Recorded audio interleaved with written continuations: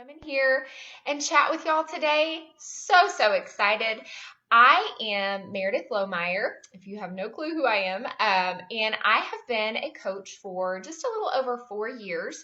I'm a 7-star diamond coach. Our team was elite this year. For the very first time, Team Flex with Faith is the team that I founded, and we are a small but mighty team. And so if any of my teammates are out there and you're watching this, show me some love below. Love you guys. But I'm just super excited to come in here and share with y'all about something that I am really passionate about, and that is best practices for retaining our customers and our coaches. And so let's dive right in.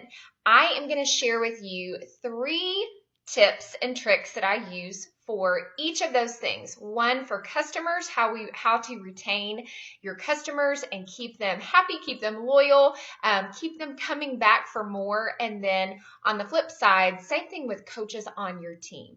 So first and foremost, this season that we are in right now, y'all, the 4th quarter, we are in that season where it seems like people kind of back off, they fall off, you're hearing crickets in your challenge group, maybe even within your team. It's just part of the busyness of the season, right?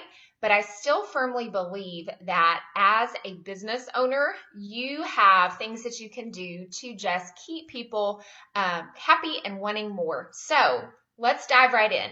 I've got my notes here so that I don't get off track. So for our customers, something that I really want to challenge you to think about, because as we get going on our daily business activities, we are always focused on acquiring new customers, right? But we cannot forget about the people that have already said yes to us. Those people are our tribe. They are our loyal clients.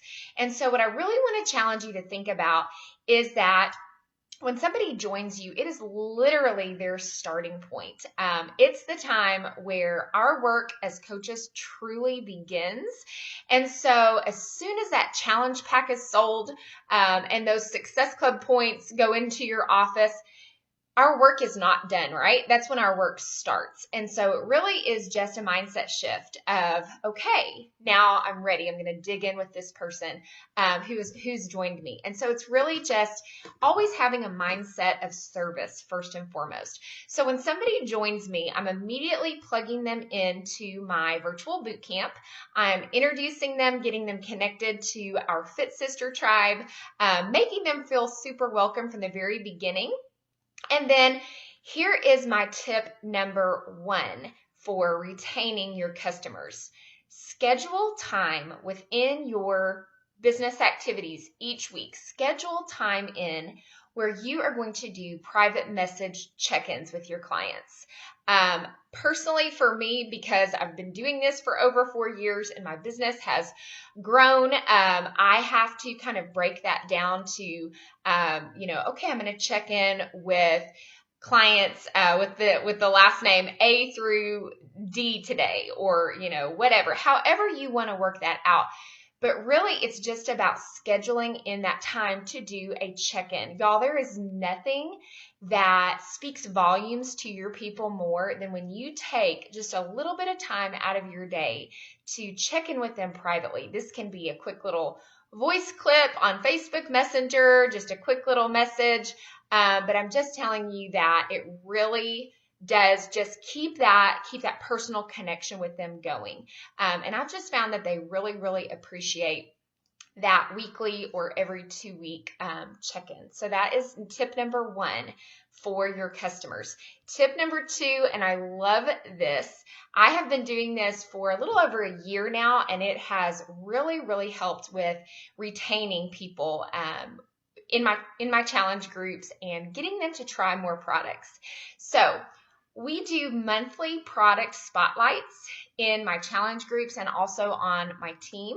Y'all, our products rock. You know that. Get people hooked on as many products as possible. Get them trying different things out. So I build excitement in my groups each and every month with a product highlight or a product spotlight, whatever you want to call it. For example, this month for October, since the Halloween candy is everywhere, we are doing beach bars as our product spotlight, and we are calling our challenge Clean Up Your Candy Bar. And so everybody that purchases either the 2 or the 3 pack box of beach bars, they are going in for fun giveaways. I am providing lots of recipes that use them for just various things, like Healthy Blizzard, just so many different things.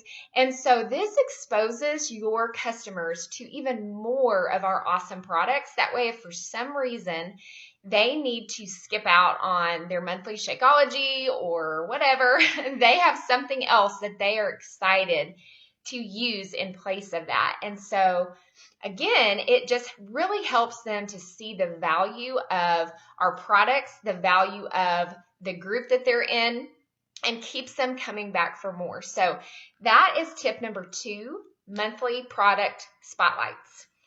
Tip number 3, and this kind of is one of those that is like a duh, but we're so easy to forget to do this or to try to overcomplicate it. Tip number 3, ask them what they need. Ask them what they would like to see more of in your group.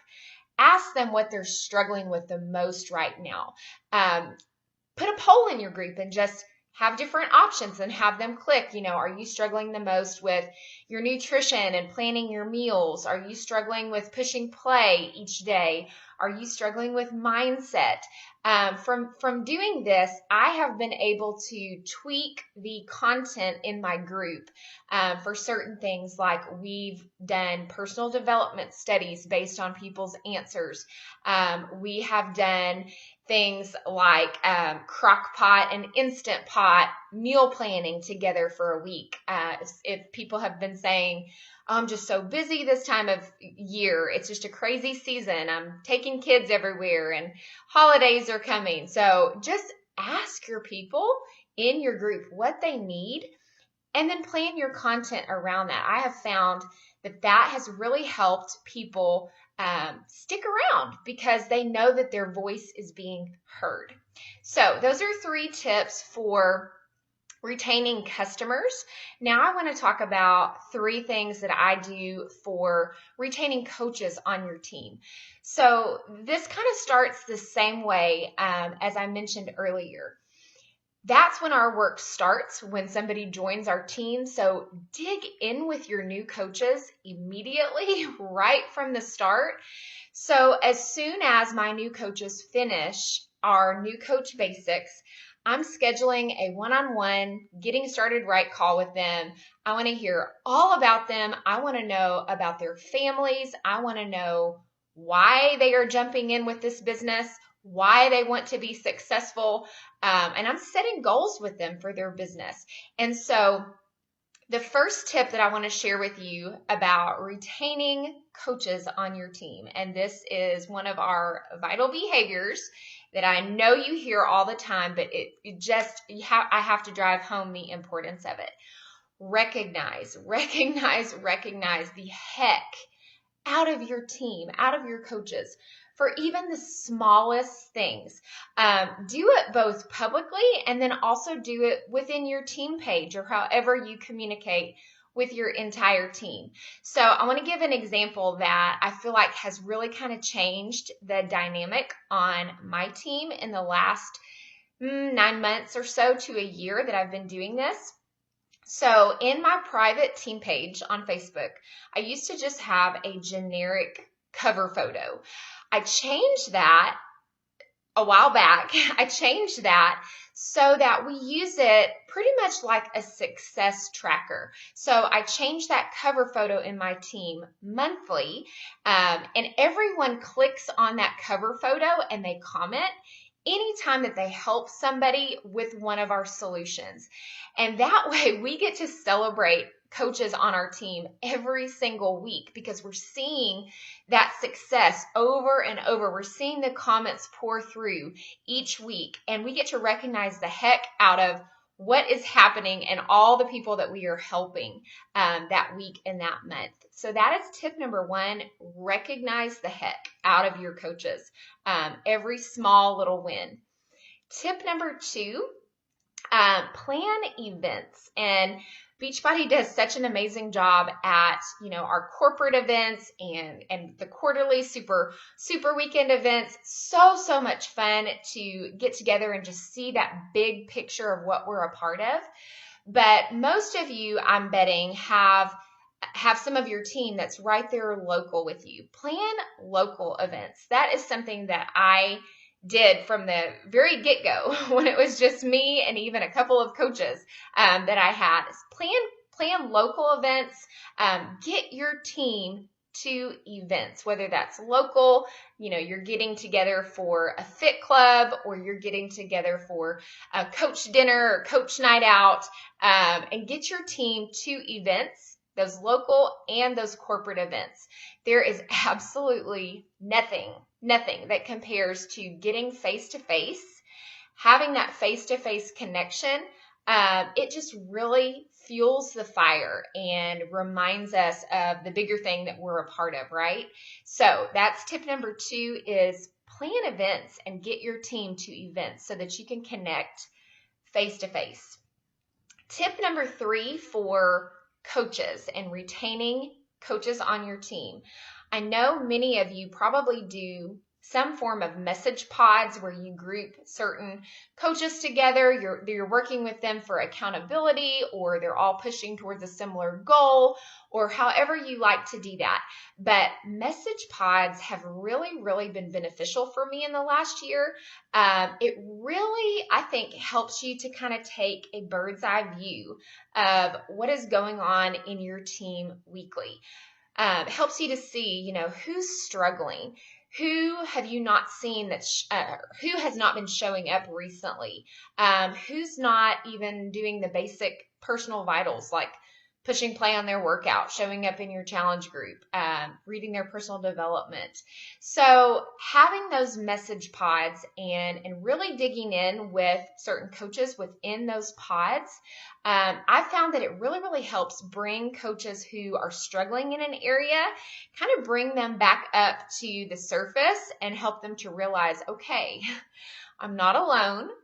My team leader, she really cares about me. And I do this for my entire downline. It's not just my personally sponsored coaches. Dig into your entire downline and make that personal connection with even coaches that are not your personally sponsored coaches. So for example, you might create a message pod for a week only, where coaches who are struggling with just getting back on track with their programs and pushing play, you put them in a message pod and you are there every single day to say, check in, ring the bell, let's go, post about it after you work out. But just having that personal connection with your coaches that may be struggling, I've found just really speaks volumes and helps them to stick around because they can tell you really care about them. So that's 3 tips for retaining coaches on your team. I want to just leave with this. Bottom line, you guys, lead from the front always. It's so funny because our teams sometimes feel almost like our children, right? Our children won't always follow what we say or what we tell them to do.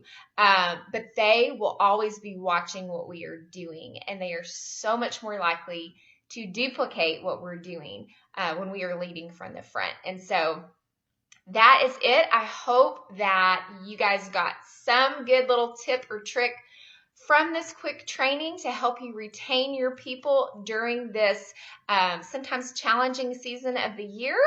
I so appreciate you taking the time to listen today, and have a great day.